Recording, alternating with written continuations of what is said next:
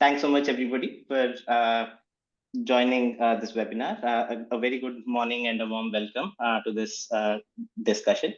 So today's webinar's title, it basically says that in India is at 50% clean power, and we're trying to look at what is next in the path to 100%. When we say 50%, it's obviously 50% installed capacity. So I'd like to first address the elephant in the room and say that India has reached this 50% installed power capacity well ahead of schedule, but it is not really a shock to most of us following the sector, because when it was announced, India was already more than halfway there. It is a milestone nevertheless, but the harder part is actually getting from 50 to 100%. And that is what the focus of this webinar is going to be more on. So it's not really a victory lap. Instead, it's an invitation to think much harder about the road ahead. It is a completely different challenge going from 50 to 100%. It is not just a matter of adding renewables, although we, of course, will need to add plenty of those, but it's more about ramping up energy storage so that clean power is available, not just when sun is shining or the wind is blowing. It's about strengthening our grids. It's about making sure that they are flexible, they are ready to handle variable renewables at scale. It's about building resilient domestic supply chains for everything from batteries to critical minerals, so that we are not just energy secure, but also economically competitive. So at Ember, we have been diving deep into these areas in the past few months. So we've actually published 3 reports, which I think will set the stage for today's conversation. The most recent one was the title Age of Storage, and it basically shows how batteries are primed to play a central role in India's power markets. We've also looked at road transport electrification and how it can help build flexibility within our power system. And we also looked at heavy industries and how most energy intensive sectors can move to a 24/7 clean energy. So links to these and the chat, you can use the QR codes which are on the screen right now. So I encourage everybody to go have a look in your time. So that's a little bit of a plug to our work. But now to the exciting part. I think we have a really stellar panel of experts.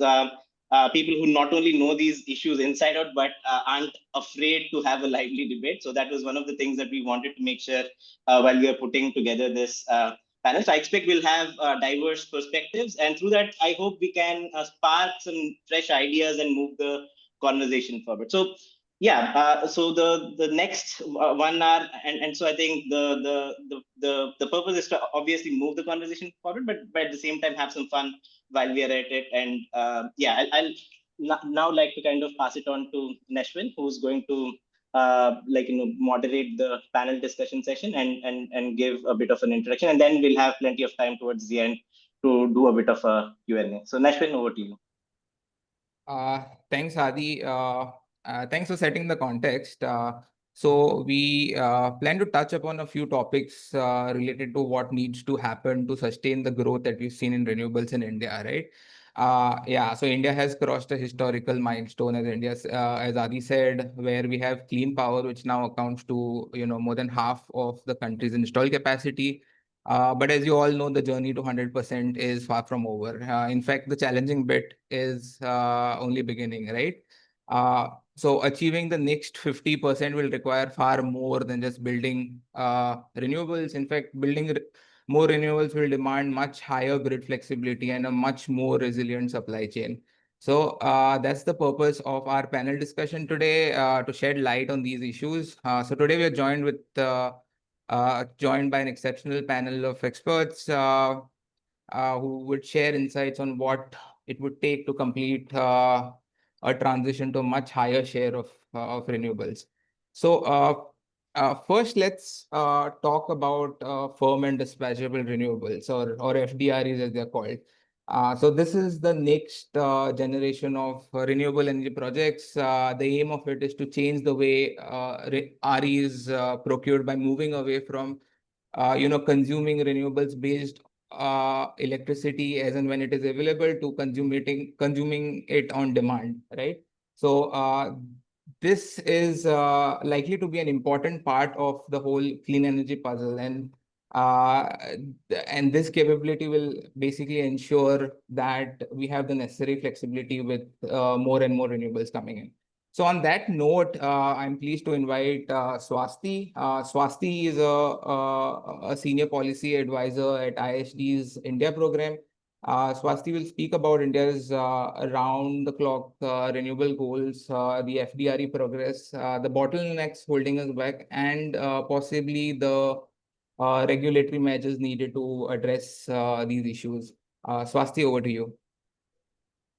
Yeah, thanks, Neshwin. And thank you, Ember, for bringing together, I think, which is a very timely conversation. And congratulations on behalf of IISD on your latest research. I was able to find some time to go through it last night, and I see it as a very valuable contribution to, I think, the discussions that we are going to have today.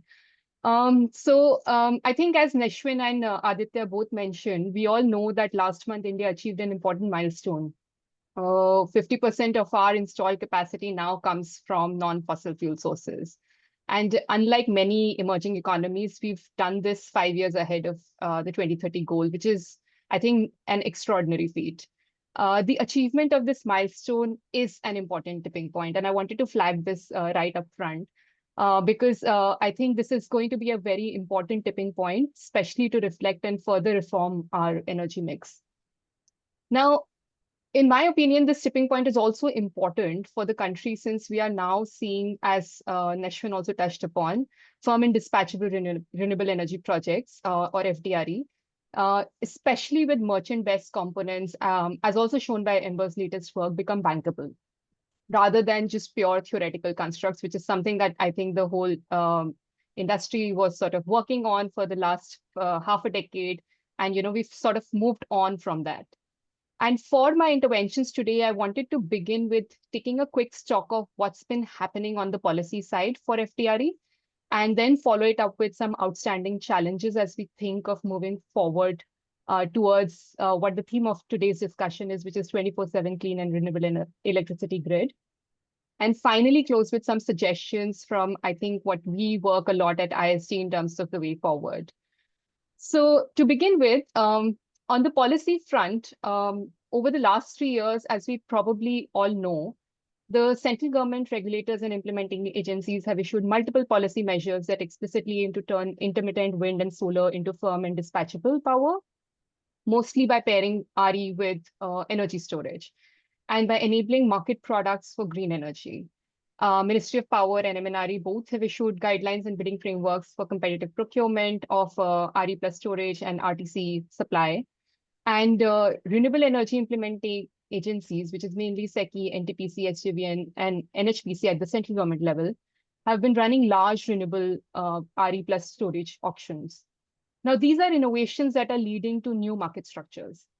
And these are also innovations that are very indigenous in their very nature. I mean, it's actually India which is leading the front in terms of some of these innovations as well. Regulatory steps to integrate storage into the system have followed. MOP and CRC have created guidelines on energy storage systems and ancillary services. CRC has moved to create market mechanisms for ancillary services that batteries and flexible resources can participate in.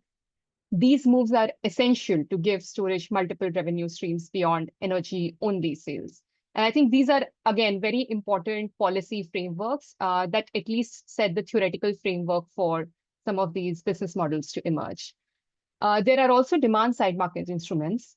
India now operates green segment products on power exchanges, the GDAM and GTAM being examples of that, and which are intended to allow trading of RE products and help price discovery for green energy.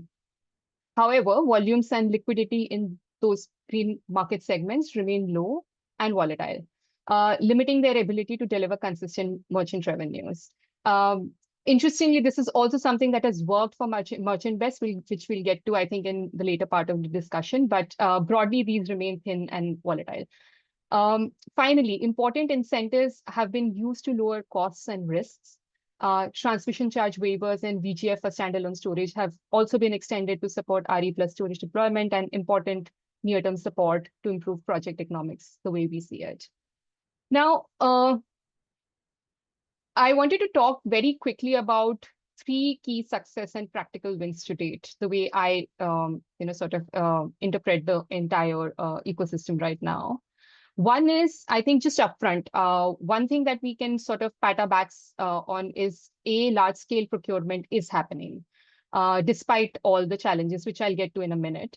But SECI and other procurers have auctioned and awarded RE plus storage and RTC tenders, proving procurers and developers can structure integrated bids. These auctions have begun to set reference tariffs for firm storage-backed RE power. The second is, and which is, I think, a big one, that there is increasingly a regulatory recognition of storage.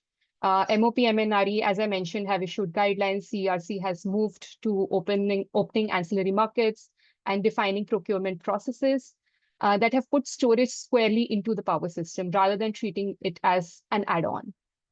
These are important trends for creating multiple revenue streams and allowing systems like BESS to enable more revenue stacking. And finally, policy sequencing that has reduced project costs. Targeted measures, as I mentioned earlier, ISTS waiver and VGF have enabled that. The bottom line on policy being the way, again, I see it is that there are signs of serious intent, but market fundamentals are still catching up. The policy architecture to enable FDRE is in place, and the PPA template is rapidly evolving. We've seen things like DFR being, starting with 90% and now coming to 75% on a monthly basis, on a yearly basis. And then penalties also somewhat roughly settling down at 1.5 times. So there is a template that we are seeing is evolving, and procurement framework, storage guidelines, market products, targeted incentives do exist. This I see as a sign of dynamism in the regulatory environment, which I think was somewhat missing just half a decade back. And this is a really good development. And we still see a few steps, but we are still a few steps away from what are strong market fundamentals emerging across FDRE configurations. Ember has, for example, written about how merchant BESS is now becoming a very strong bankable proposition. But there's still a lot of work that needs to be done when we think about FDRE through long-term contracts. And this is akin to many policy crumbs existing on the table, but still not the same as having, I think, a really mature market that reliably delivers returns for investors. So this brings me to my second block, which is, around what are the real challenges and problems that still exist. The first for me is that there is revenue uncertainty and weak price signals, especially when we look at the PPA market, right? FDRE projects need stable, predictable cash flows to attract capital. And revenue from FDRE can come from multiple revenue streams, which is often talked about, right? What are these streams? It can come from energy sale, it can come from capacity payments, it can come from ancillary services and arbitrage. Many of these streams are immature and face low liquidity. For example, GDAM, GTAM, ancillary markets, they all have thin volumes and opaque price formation. So this is, again, like a little bit of weak price signaling that we see in the market today. The second is, which is something I think that everybody who follows this sector is familiar with, that off-taker and payment risks still exist and are persistent. Many of India's long-term buyers are still state discoms with weak balance sheets, and therefore, that off-taker risk is still very real for core investors. The third is the market design and sequencing gaps. When I say this, I basically mean that there is lack of standardized PPA templates for FDRE still, despite all the experiments that we have seen. And maybe there can be no standardization because, again, every discom has a different load profile. There's a lot of customization that needs to be done based on the resource adequacy planning that needs to, again, happen at the discom level. So again, maybe there can be no standardized template, but again, at a broader level, if we can have certain standardization emerge that can be readily leveraged, I think that can really help sort of unlock the full potential of what FDRE is capable of. Together, these factors mean investors often demand high returns versus comparable conventional or firm assets, which slow then the pace and scale of FDRE deployment. At IISD, we've been working a lot, again, on some of these challenges in our policy research. And we also have done a lot of work around not just looking at market structures, but also looking at what public finance / subsidies can enable, both from a fiscal perspective, but also from a qualitative regulatory perspective in terms of enabling the market. And for this, I wanted to propose 3 near-term priorities that India can implement. One is we need to create predictable long-term revenue stacks for FDRE. For this, again, as I mentioned, standardized FDRE PPAs that blend on availability, which is the capacity payment, a market that India still does not have, for firm capacity with energy and ancillary payments is critical. It's almost crucial for FDRE PPAs. And availability payments reduce merchant exposure and make debt serviceable. So again, like the bankability of PPAs around FDRE become very difficult. The second is, I think we can design auctions that explicitly price multiple revenue streams. We are still looking at FDRE tenders more from an energy only kind of a model, where again, like, that's contributing to at least 80% to 85% of the revenue currently. But there are so many other use cases that, batteries or energy storage systems can really offer to make RE firm and dispatchable. So I think that's again like the big problem that we need to work on. The second is, I think we need to deepen our wholesale markets to ensure that there's liquidity in the market, there's transparency for ancillary services. And for this, we need clearly laid down rules to support BESS in participating in ancillary markets. Finally, and I think this cannot be emphasized enough, and I'm sure other speakers will also touch upon this, which is resource adequacy planning. We do need more, better and more resource adequacy planning to treat storage as a flexibility resource in planning and allowing for co-optimization of RE plus storage plus transmission. To finally summarize, I see the way forward as a scissor problem. And this is what I've been talking about for many, many months now, I think ever since we started work on FDRE. When I say that this is more like a scissor problem, what I wanted to emphasize is that when we deliberate over things like FDRE, we often forget what they are competing against. And we need to make both arms of that scissor work in tandem to scale up the transition. In our research series at IISD, which is the flagship piece called Mapping India's Energy Policy and Budgeting for Net Zero, we found that there are many forms of implicit subsidies that still exist for coal mining and thermal power plants in India to ensure that electricity prices remain affordable. But these come in the form of implicit subsidies. So they're often hard to see, they're invisible, they're something like below the tip of the iceberg. For example, there's underpricing of coal supplied to thermal power plants, there's concessional custom duty. There used to be a concessional custom duty on imported coal till last month for 6 months during the summer. And there's concessional GST when we compare it to RE. These are aspects that we need to work on.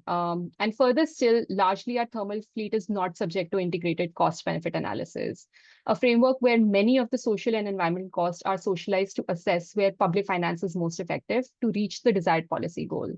To help understand this, in our studies, even when we consider conservative estimates of health and environmental degradation costs, as a result of coal mining and coal combustion, we find that externalities were at least 4 to 5 times that of accounted costs. As a result, policymakers must continue with value-based incentives for RE, even after cost parity is achieved, because our pricing is itself not fully embedding the cost of these externalities. And subsidies or viability grants that favor projects delivering storage, grid flexibility, and leading to macroeconomic co-benefits. If the goal is a truly 24/7 clean system, policymakers can deliberately close that scissor problem by working in tandem with both arms of that scissor on the thermal side, by gradually internalizing social cost while widening the opportunity for FDRE, but doing so in a phased, politically feasible way that protects the system's reliability and jobs as well. So yeah, with that, let me take a pause, and I'm happy to take questions. I'll turn it back to you, Neshwin. Thanks, Swasti. I'm sure we have a lot of questions. We'll try to get to those questions in the Q&A. The next part of the webinar would include, we need to basically talk about what needs to happen on the grid side of things. We'll also try to touch upon what also needs to happen on the supply chain part of the equation. But coming to the grid side of things, right, as we plan to integrate more and more variable renewables, there's a lot of development that has to happen on the grid side. So from strengthening infrastructure to improving operations and also evolving electricity markets to handle the higher share. And to talk about these developments, it's my pleasure to welcome Shiv. Shiv Vembadi is a team lead for solutions at Energy Exemplar in India, and he and his team work on pre-sales demonstration and client implementation using Plexos. And Shiv, over to you to share your insights on this. Yes, I am going to share my screen. Please let me know once it is visible.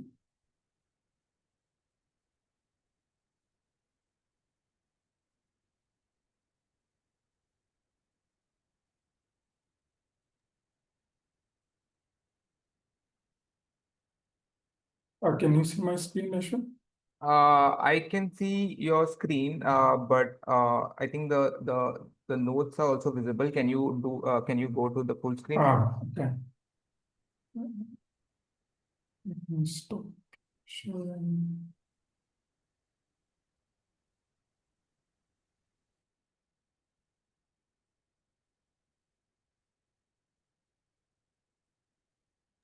Perfect. How about now, Neshwin? Yeah. Please go ahead. Yes. Let's really quickly.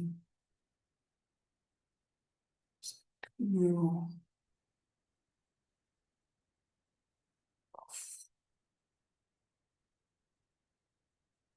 I'm sorry, Neshwin. Let me share my screen again. I'm just not familiar with how the presenter view works in here.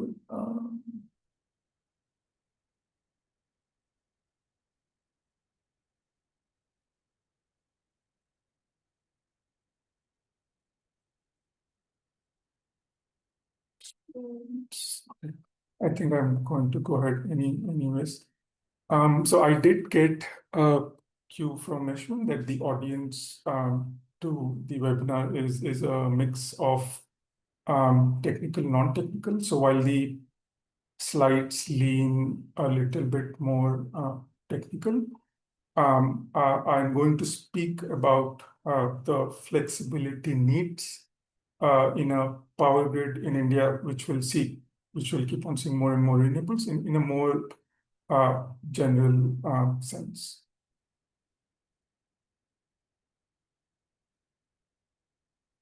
Yes. So we did discuss about the 50% milestone which we have reached, and I think Aditya put it very well that we have done a lot of work to get here. It's a big achievement, sure. At the same time, good to acknowledge that this still is solar and renewables at less than 15%. And for the pie chart that you see here, which is the one on the left, for this to move from here to here is going to be a lot more harder, a point that Aditya was also talking about. So for the 50% to go to 60, 70, 80, it's going to be that much more harder. And the reason is this will need a lot of flexibility. There will be just more and more flexibility that would be needed. And there are important questions here. Let's say, let's consider a 20-year time horizon from now to 2045. Questions like, do we let the coal, some of the coal retire earlier and let BESS come in and pick up, some of that work on providing flexibility, or do we let perhaps flexible coal run a little bit longer? Can the required amount of BESS be there, so on? So those are important questions we face in the transition. Before looking into what the flexibility options are, I think good to define what exactly is grid flexibility, what's included there, So a narrow definition of flexibility is focused on the normal operating conditions of the power system. So battery storage, thermal, they are ramping up and down to handle the variability in the system, variability which will keep on increasing as there's more and more renewables in the system. And this, the table below that you see, something taken from IRENA report, I kind of like a lot to refer to, has this narrow definition of flexibility. But a wider definition of flexibility includes also the emergency operating conditions. So, the forecasts have gone wrong, which we can see in countries with high, renewable penetration. This can be a huge amount of power that the forecast that has gone wrong. And to deal with that, you need frequency services. So this is the other aspect within the wider definition of grid flexibility. For the purpose of this presentation, I think good to focus on both the aspects, not to limit ourselves just to the balancing, but also the frequency services. The role of markets in unlocking all of the flexibility that would be needed. So we have the renewables which have grown from, let's say, in 2020, I don't know, maybe 20%, and now that has gone up, and is at 50%, which is a good milestone to cross. But what about the markets? The markets have been at the same place for a lot of the years. Sure, there have been big developments like real-time market in 2020, so on. But essentially, the renewables are going ahead, and the markets are where they are. They have been in for a couple of years in terms of liquidity. And what this means is that, because the markets are lagging, this is going to basically pull back the renewables from, scaling up rapidly, going ahead. And fundamentally, why this is so is because, if a developer needs to put batteries on the ground, they go to an investment fund without revenues to show from multiple markets. The financing is, going to be a lot slower. So that's a big challenge going ahead. IEA has a very neat classification on how the renewable penetration, what are the different stages of renewable penetration. It has kind of these 6 categories. And what is interesting is that some of the states in India, like Tamil Nadu, Rajasthan, they are already at a very advanced stage, something like Germany. So specifically phase 4 out of the 6 phases. And this advanced stage is where you need fast frequency services in the grid, fast as in at the level of seconds. And that's something that's not there.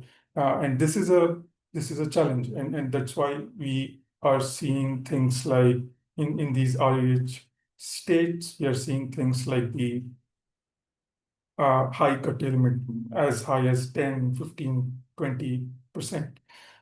And markets are one thing. The other thing is, okay, you have the markets in place, but you also need to have the utilities, the companies, they need to have the operational capabilities. They need to have teams with capabilities. They need to invest in such teams which are equipped with data models so that they're able to interact with the markets. So it's not just markets being there, it's also market participants, and it's quite important to recognize that aspect also. It's not just planning, it's not just regulations, but it's also the operational modernization. So with BESS utility scale battery storage, again, where is India right now? How does it compare to how the markets are advancing in other parts of the world?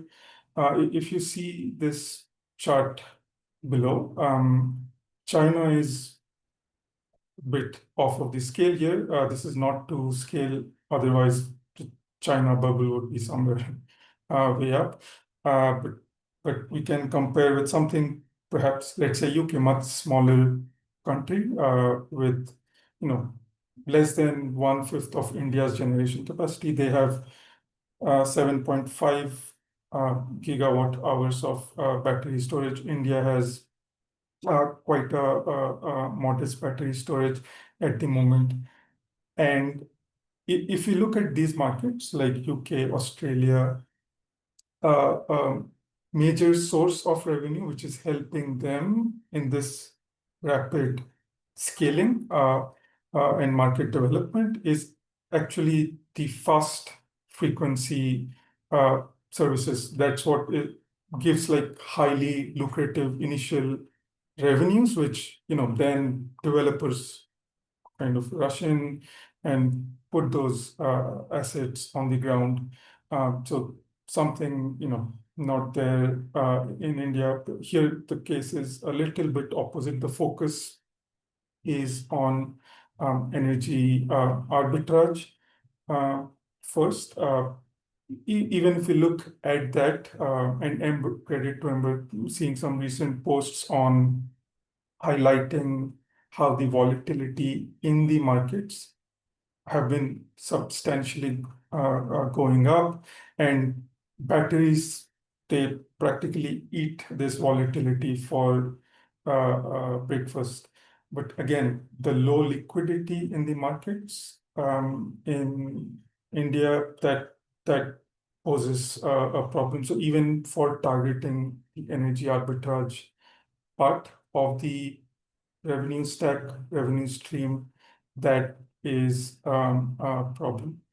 And lastly, this ramp up that we need to see in India would, again, the same point, I think, ties a lot into what we discussed on markets in the last slide, but would need to go along with the operational capabilities of developers.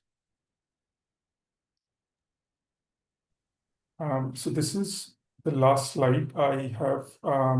So in all of the last slides, we focused on the wholesale side of thing, BESS, markets, the different frequency services, so on. But there's a whole other side to the equation. This is not something I work in, but I wanted to kind of end with this. This is the demand side, and this is, in a way, the future, and worth ending with this, because what we are seeing in countries with high renewable penetration, let's say something like Denmark, they are turning to the demand side, because this is the future for flexibility. It's a lot cheaper. Something like 50% cheaper than relying on, let's say, a coal plant or a peaker plant for providing the same flexibility. So this is definitely the future.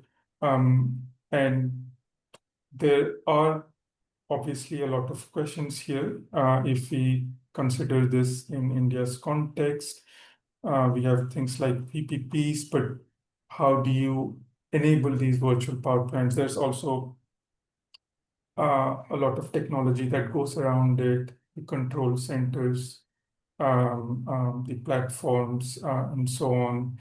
We have the electric vehicles, and again, these again connecting the dot with markets, these can plug into the energy markets as well as those frequencies, services, markets. Again, something perhaps a lot in the future. And finally, hydrogen for something like a seasonal energy storage. This would be further along the phases of renewable penetration, but something which is already happening at a pilot scale in other parts of the world. And lastly, maybe worth mentioning P2X as something which can provide flexibility. Yes, so this brings to the end of the presentation. Over to you, Neshwin. Thanks, Shiv, for highlighting, the stuff around what needs to happen on the grid side. Thank you for the very well-structured presentation. So now let's get to the supply side, supply chain aspects of things, right? So a successful transition would need a lot of equipments, materials, components that have to be manufactured, right? And so here we get into the point where the clean energy transition depends on manufacturing, So with policies like the ALMM, I think it's an important question that arises is whether domestic companies are positioned to meet this demand, or will we continue to rely heavily on imports, which can potentially impact the pace of the transition. And again, yeah, clean tech startups will have an important role to play. And to answer, these questions, to look at the bottlenecks, to look at what policies are required around this, I'm delighted to welcome Alex. Alex is a research manager at Third Derivative. He's leading research and startup diligence on emerging clean tech. Alex, over to you. Yeah, okay. I didn't realize you're gonna ask me the question on manufacturing. But happy to speak to this a little bit. So firstly, I think we have to remember, if we're talking about Viksit Bharat, we talk about Make in India. And firstly, I just want to thank you again for the invitation. And I want to echo, Swasti and Shiv's points. I think a lot of really, really solid points around, capacity markets, around the need for training, operators. Yes, we have markets in India, but they're very liquid, and we need to kind of make sure that we're training, we're integrating the kind of those planning exercises. So whether it's capacity markets or whether it's resource adequacy planning, as Swasti said, and that really needs to be integrated with the operational. I find it very ironic that Shiv, he had a diagram of all these different resources together at the control center, and he called it a VPP. And I was just like, well, that's not a VPP. That's just a control center, right? A control center should ideally be managing storage and wind and hydro and solar, and trying to optimize the least cost for their consumers, which is happening in some states, but not all states today. But yes, okay. So moving on to manufacturing, I think firstly, the first thing we have to remember is, manufacturing solar, wind, and BESS is about 2% of global manufacturing. So we have to be very, very careful if we're raising costs. I mean, one of the reasons Indian manufacturing is uncompetitive generally is because electricity is so expensive, right? And so when we look at measures, like ALMM and RLMM, and they're talking about having a battery LMM, if you're raising costs of electricity, that's making your manufacturers less competitive. Not only your solar, wind, and battery manufacturers, but it's also making your shoe manufacturers and tire manufacturers and car manufacturers and refrigerator manufacturers less competitive. So to me, what I think the real opportunity, and this speaks to kind of the work we're doing at Third Derivative, is we really need to shift from kind of this protectionist-led approach where it's like we're going to stop things from happening. Swasti mentioned the import duty waiver on coal as opposed to solar, wind, and storage with very, very high import tariffs. So move from this kind of protection approach to a innovation approach. And I'll give the example. I work with a lot of, alt battery manufacturers, right? People doing sodium-ion batteries, zinc batteries, people are concerned about lithium supply chains. And we've got actually a fantastic zinc gel battery company in our portfolio called Off Grid Energy Labs. And they're looking at saying, I need to move to UK because there's no government support for me to ramp up. There's no government support for battery manufacturing for startups. There's no government support in terms of research grants. I'm hoping these things will change. We've got this announcement of the ANRF, which is tackling the earlier stage. But if you look at the way China's been able to develop their manufacturing base in clean energy, a lot of it has been things like land, it's been water, low cost power, financing from banks. So all these things are missing right now. Whether it's electric vehicles, as you talk about in your report, whether it's alternative battery chemistries, whether it's electrolyzers, whether it's solar. I'm very excited. We've got a new company in our portfolio called RenCube, which is doing these kind of optical trackers. Basically, it's you get all the benefits of tracking, so getting more evening and morning power, which is of course really crucial for solar, but without any mechanical components. It got this kind of IP-led approach with glass. And they've done it purely based on, doing pilots and working with MSMEs and kind of they're bootstrapped and their own funds. And they've been doing a fantastic job. And I think they're going to succeed. I think they're a great company. I think they're going to succeed regardless. But yeah, it's been entirely on their own, right? There's been no government support for them to ramp up and scale. So I think we need to start seeing the point where instead of the gut instinct being to block solar and wind and to say we're not going to build BESS, we're not going to build wind, we're not going to build solar. You look at Shiv's chart. I think everybody knows India's behind China and US when it comes to BESS, but I think a lot of people don't realize, we're behind Saudi Arabia, we're behind Israel, we're behind Uzbekistan, right? So rather than this approach of let's block and stop and stop and stop and stop, we really need to embrace this kind of abundance approach, to borrow a line from Donald Trump, this, energy dominance approach, where we invest in local companies, support innovators, support startups. A good example of this, which I'm very excited about, is, for example, NTPC had a tender just for vanadium flow batteries, right? It was small. It was like 1 megawatt, 2 megawatts. So we need to see that replicated with different technologies. We need to see that with thermal storage. We need to see that with concentrating solar power. We need to see that with ocean energy. They've actually got a great pilot with Energy Dome, which is again another one of our portfolio companies, which is an Italian company, ironically, and we love Energy Dome. They're great. I'm very glad to see that pilot moving forward. It's a perfect example of long duration energy storage, which can kind of provide that firm, reliable power along with ancillary services and inertia. But that's a very small pilot, right? That's 160 megawatt hours. So we need to see many more of these pilots. We need to see many more of these supports institutionalized.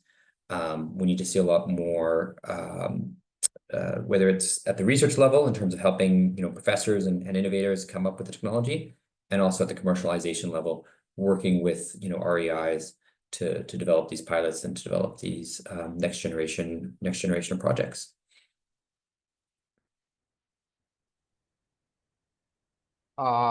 Thanks, Alex. I think we'll come to you for your points on the FDRE as well, probably in the Q&A part. But yeah, let's move on. I think you talked about manufacturing. You talk about supporting clean tech startups in India, but a lot of the manufacturing around clean tech would require raw materials, right? So at the heart of all this, we're talking about critical minerals. Basically the essential building blocks for your solar panels, your wind turbines, batteries, and I think securing them is not just about availability, but also basically reducing dependencies on very small number of supplier countries and kind of building resilient and more diverse. Can I share a slide on this quickly? Sure. Okay, because no, I think this is the point that people often misunderstand.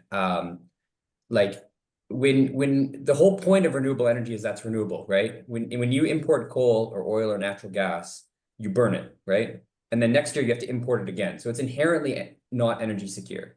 In contrast, when you import solar and wind, if you import solar panels from China and you put that on the ground, it sits there for the next 25 years producing power.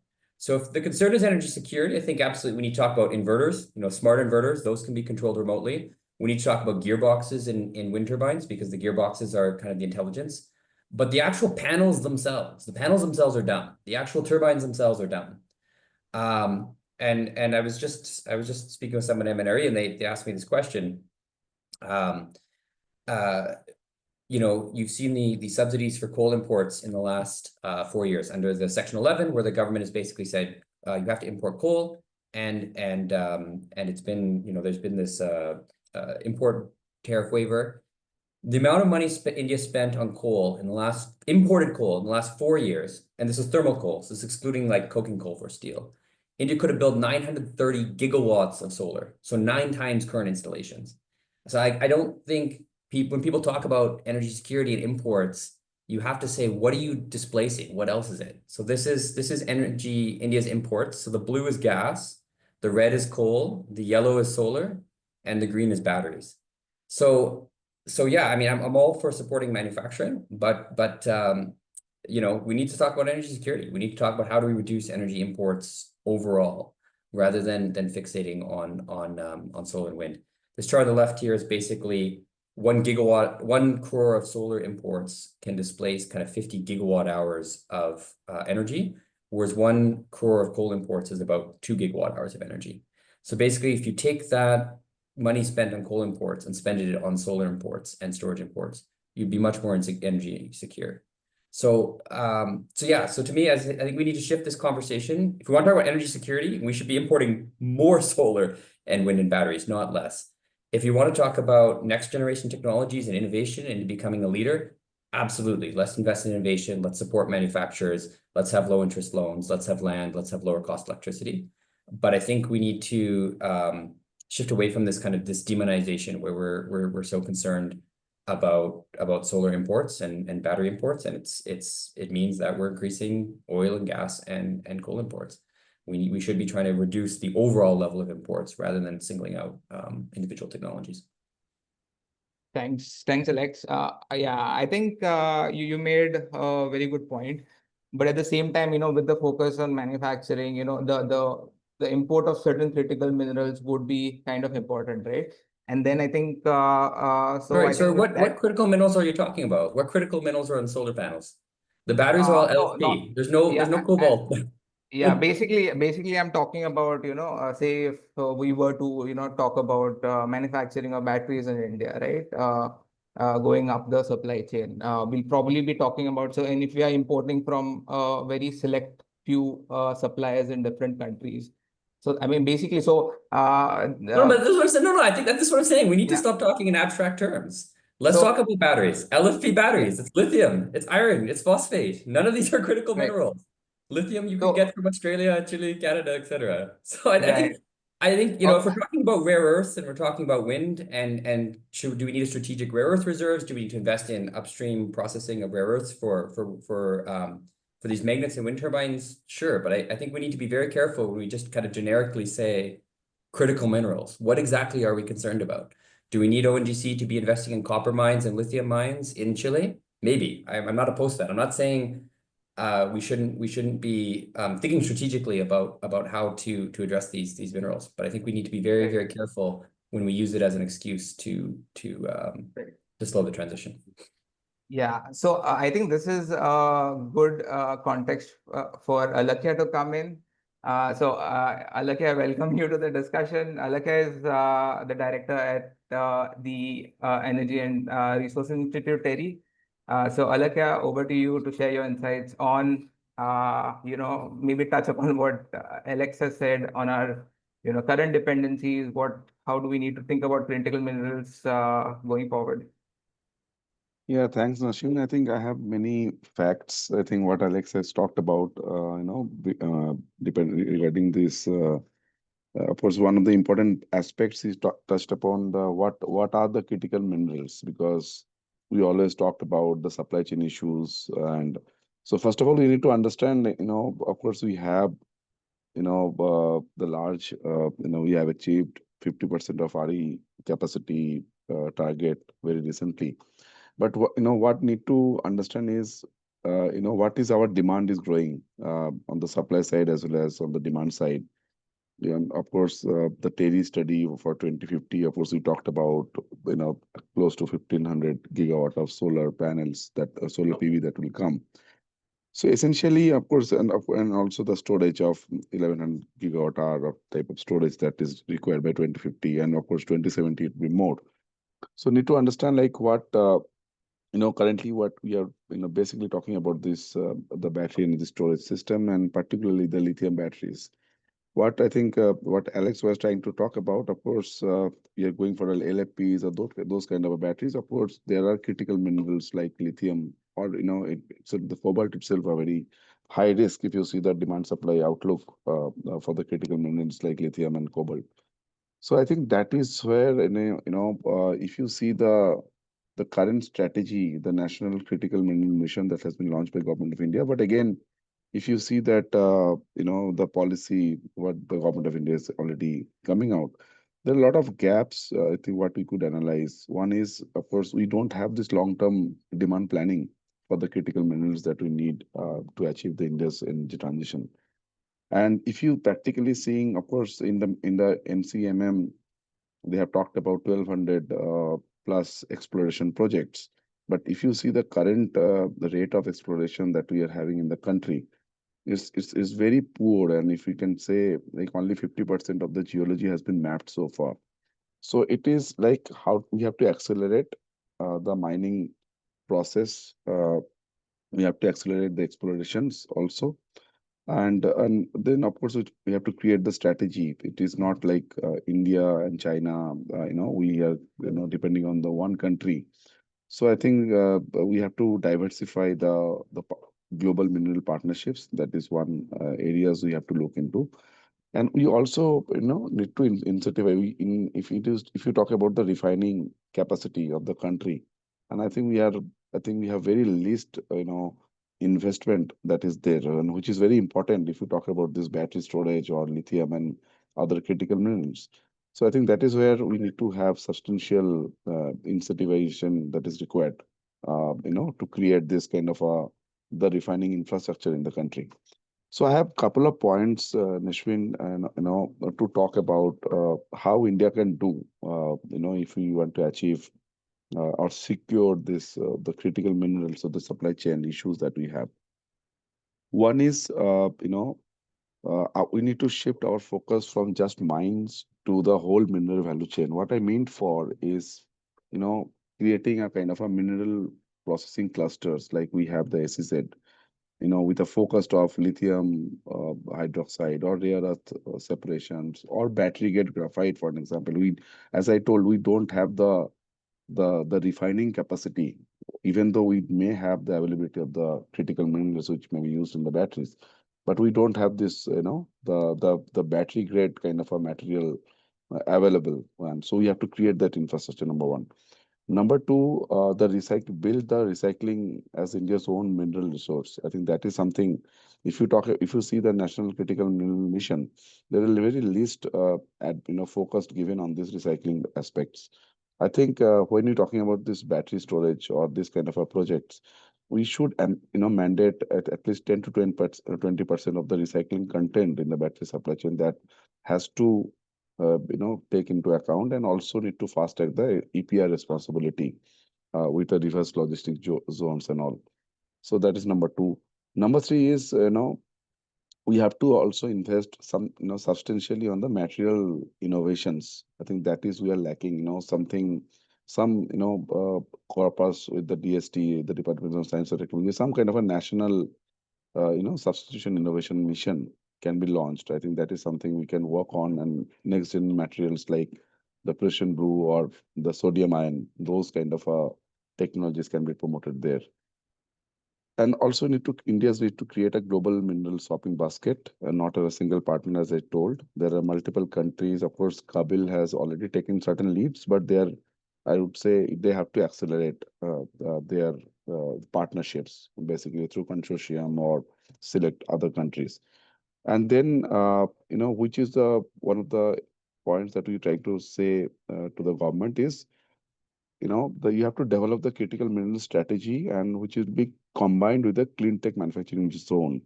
It cannot be like you have the manufacturing facility somewhere and you have sourcing raw materials from somewhere else. So maybe a co-location of integrated, clean tech corridors, where you have this mineral processing unit, you have the cell fabrication unit, you have the component manufacturing unit, as well as on the testing labs. I think one of the example the state Madhya Pradesh government is setting up in one of the industrial corridor. So it's basically integrated the clean tech corridors they used to call, and is basically co-locating the manufacturing as a supply chain, the minerals processing unit the same place.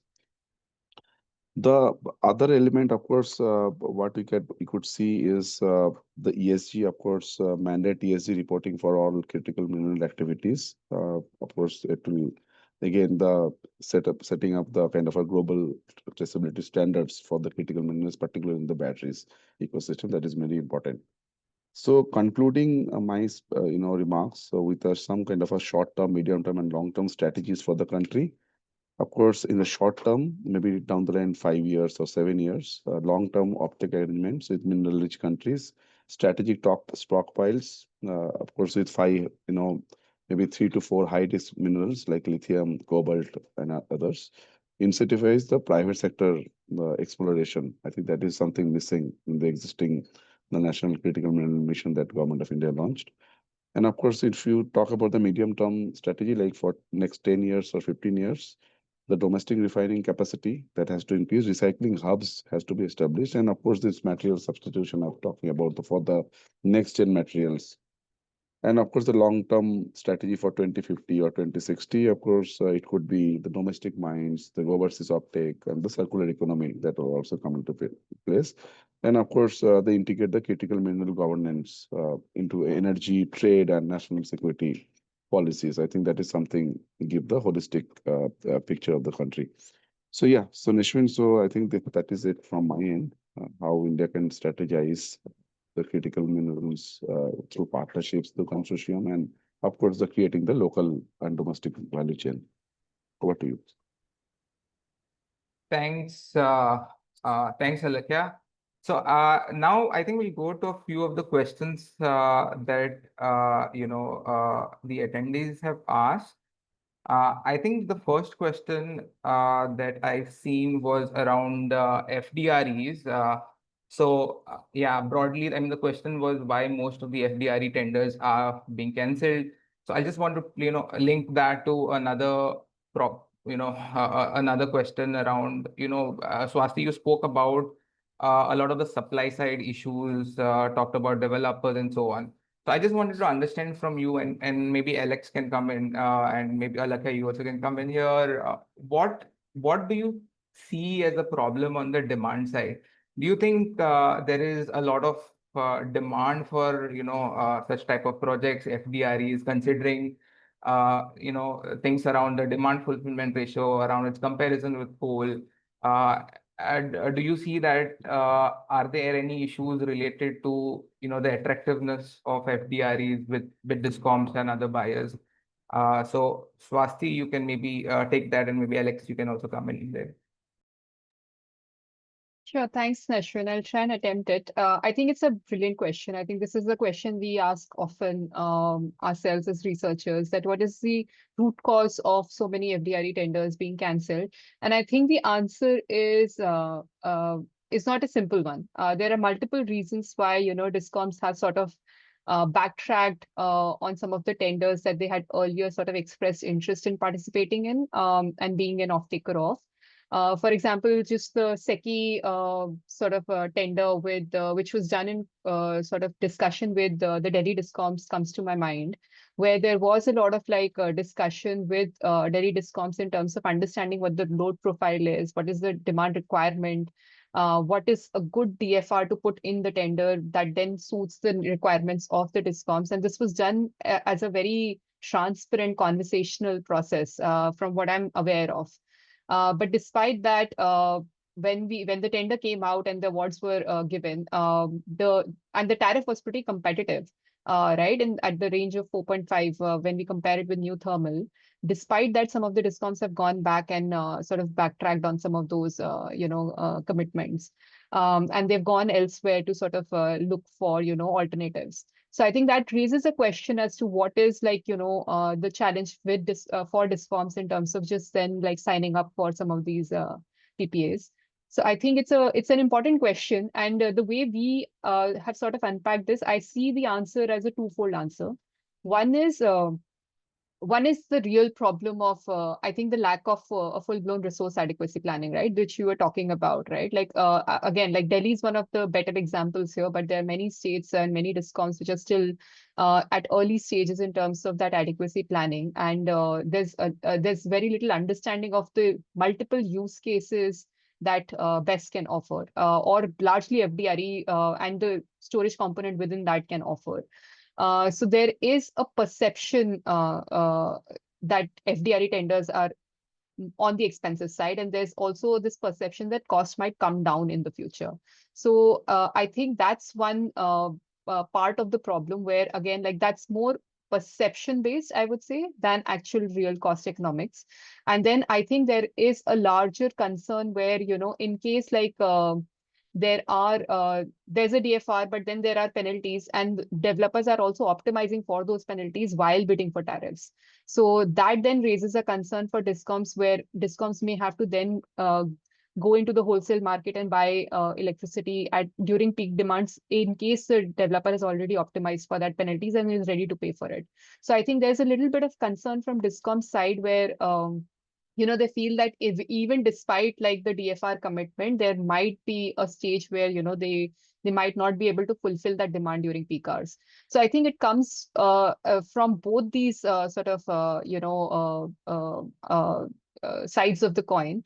And lastly, I think when we think about perception, a larger problem is that discoms still need to pay those fixed charges on the thermal PPAs that they have, right? So in terms of just the competitiveness of FDRE, for a lot of discoms, the benchmark that they might be assessing this with is the variable cost of thermal PPA, not really the the levelized cost as it comes out to be.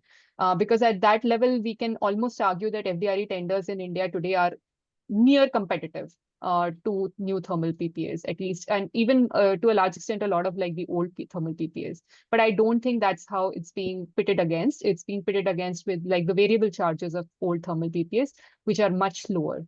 So again, like they do think that FDRE tariffs are on the higher side. That would be my reading, but again, it's a complex, loaded question which can have different reasons to why different discoms may not come forward in terms of signing the agreement. Thanks, Swasti. Alex, you want to add something there? Yeah, no, I mean, Swasti covered it really, really well. I think all these different aspects. I just want to I think double click on what you said about comparing to the VC of coal versus the blended cost of coal. Perfect example. Rajasthan had a tender where they had a 3,200 megawatt coal plant, and I and others kind of said, well, why don't you compare it to RE plus storage? And my response from the regulator was, well, we don't have a guideline for that. Like, they literally don't have a guideline for comparing the cost of coal versus comparing the cost of RE plus storage, right? And so in the absence of that, what's happening is people are looking at the cost of these FDRE tenders, and they're saying, well, it's 4.5 versus solar and wind is, let's say, 3.2 for hybrid solar and wind. And so saying, well, 4.5 is more than 3.2, therefore it's expensive, right?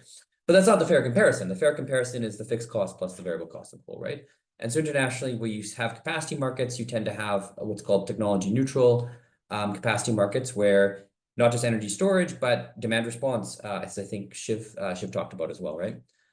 So ideally, you have tenders that just say, I need firm capacity. Anybody can supply that, whether it's coal, whether it's gas, whether it's hydro, whether it's RE plus storage. What is the cheapest supply? Right now, there's not really a framework or a guideline in place. We have MNRE guidelines for here's how you deal with RE. And then you have MOP guidelines for here's how you deal with coal and hydro. And they don't, there's no common framework for evaluating them against one another. Thanks, Alex. Shiv, Alekhya, you want to come in, or we go to the next question? I see that there is a lot of discussion around US tariffs, and there were a couple of questions as well. So I just wanted to understand, in your perspective, how developments around the US tariffs might affect, the whole uptake of renewables in India and also possibly supply chain. So Alekhya, if you can come in and then we go to the rest.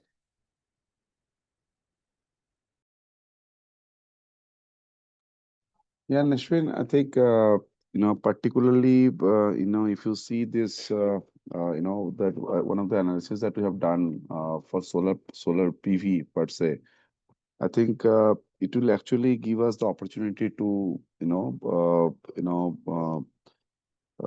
setting up the full-fledged the cell manufacturing capacity that did not exist in the country at this moment.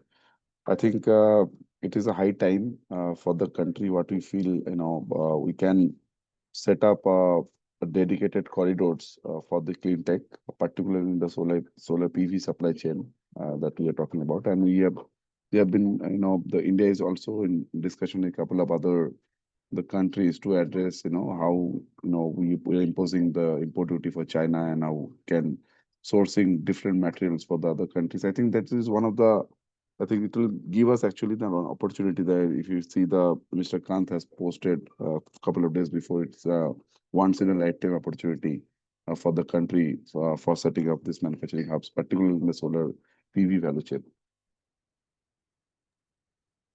Thanks, Alekhya. I'll just to remind everyone, I think we can now open the questions for the attendees.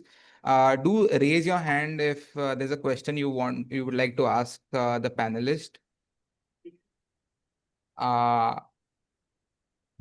Neshwin, could I come in on the last question as well very quickly? Please. So I think, this is a very important question, right? How will US tariffs impact India? And I think in my reading, this is still yet to fully unpack in terms of like what's going to be the impact. But I think just from an energy sector standpoint, there are two very important things that can happen from this, right? One is that Indian solar manufacturers have been eyeing the US market for the last couple of years, right? It's a huge export market where we have sort of built, a supply chain where some of the premium that we are seeing in terms of localizing module manufacturing is being absorbed by US consumers. So with the tariffs, I see that it is quite possible that some of those exports of of solar modules to the US could be hampered. Because again, like we don't know what's going to happen to the demand in US of Indian solar modules. Just till early April, I think India was still at an advantage when compared to other competitor countries like Vietnam, Cambodia, because we were still in that 40% duty structure, lower than some of these neighboring countries. But with the recent backtracking from the US, again, we don't know what's going to be the impact on solar modules from going out of India, whether this is going to be an add-on to the existing 40%, or if it's just even if it rises to 50%, then we could see some trouble for US solar module exports. And what that means is that a lot of this cost, which is the cost differential between a Chinese module in India and a domestically produced one, which is still roughly around 9 to 10 rupees per watt, will then have to be absorbed by the Indian market because then exports will dampen if that happens. So that could have in turn an upward pressure on tariffs in India, which we'll have to wait out and see, unless there are new markets that emerge for India like Africa and the Middle East. But I think we'll have to wait that out. And this is not good news because again, we don't know what's going to happen to the refining side of things, given there are going to be penalties on import of Russian crude on India. So again, like on the fossil side as well, there could be an energy impact, a price issue with India. So I think, overall, it's not looking good. That would be my reading of it. I do want to jump in here, and I also want to address one of the questions in the chat about nuclear. India should start importing solar to Bihar and UP and Chhattisgarh, right? We have all of North India and East India that effectively hasn't built any solar. We've got 60 gigawatts, 70 gigawatts of module manufacturing capacity and only 20 gigawatts of installations. I think there's this obsession with we got to export the solar. Export the solar to Bihar. Bihar is building a new coal plant. for 6.5, 7 rupees per kilowatt hour, Bihar has very, very, very little manufacturing because electricity is so expensive, because electricity is so unreliable. Let's export those solar panels from Gujarat and Karnataka to Bihar to allow them to have more reliable power so that manufacturing can be boosted up. But yeah, I also want to address, there's a comment here about nuclear. And I think it really highlights some of these issues we're talking about. Firstly, I just want to say I love nuclear ideologically. I think nuclear is great in terms of safety, in terms of you know, its land footprint, in terms of its carbon footprint. Nuclear is the best in a lot of metrics. The challenge is cost, right? And I think if you look at these new nuclear plants that have come up, there's something like 18 core per megawatt, 20 core per megawatt. And so I think when we talk about the stable power that coal provides, and Swasti mentioned earlier, if you build all this RE plus storage, and then you still build coal anyway, you still incur that fixed cost anyway, you've lost most of the benefit of building that RE plus storage. We need to get out of this mindset that, you know, RE plus storage is for climate, or it's kind of this extra thing. And then we're still going to need to build coal and nuclear, you know, to have that firm power. The BESS is the firm power. What duration that BESS needs to be, and Shiv talked about this a little bit with the IEA 6-stage framework. Right now, that 2-hour storage, 4-hour storage, 6-hour storage is efficient at 25%, or I think India's at 11% VRE right now.